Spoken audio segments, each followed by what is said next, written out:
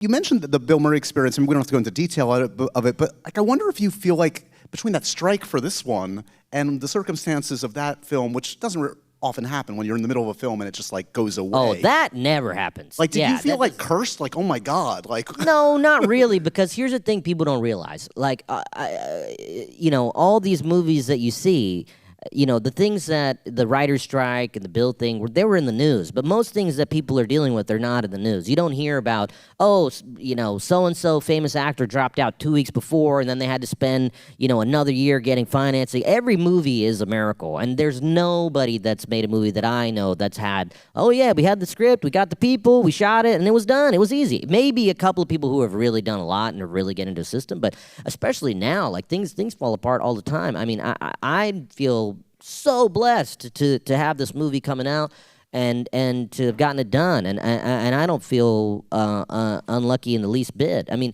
I understand the point, but I guess I'm saying holistically, to me, like, every movie's a struggle, and I made it through, and I'm here, so I did it, so I feel good. But it's interesting. I do think about Being Mortal. It was such a different movie than Good Fortune, and I don't know. It would have been a much different debut. I mean, I shot like half of it, and it was a little more dramatic. It was a little more. Yeah, it was heavy. I mean, it's based on a book called Being Mortal by Atul Gawande, who's an incredible writer. It's a nonfiction book. It's about dealing with end-of-life issues and things, right, that you deal with when you're around our age and your parents, and, they're getting sick. You got to put them into retirement homes, deal with doctors, and it's heavy, but it can also be funny. There's humor there, in these really dark times. And the idea for the movie was like, oh, well, what if you took this book and you made it into a narrative and the guy was Bill Murray?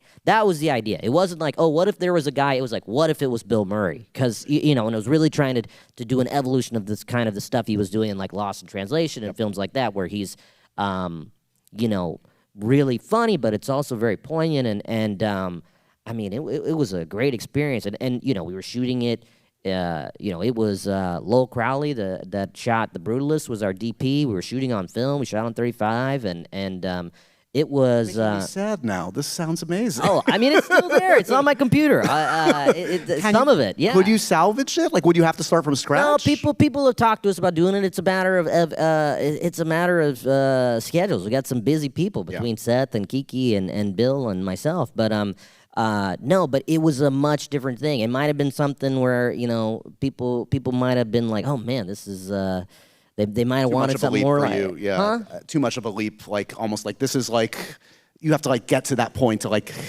I don't know. Yeah. I mean, I love Being Mortal too. It was just a different thing. It's a little bit different genre. It was a little more dramatic. It was but there was beautiful stuff in it. I mean, but there was really funny stuff too. I don't know if you remember. There was a woman in Parks and Recreation. Her name was Helen, and she played a character named Ethel Beavers.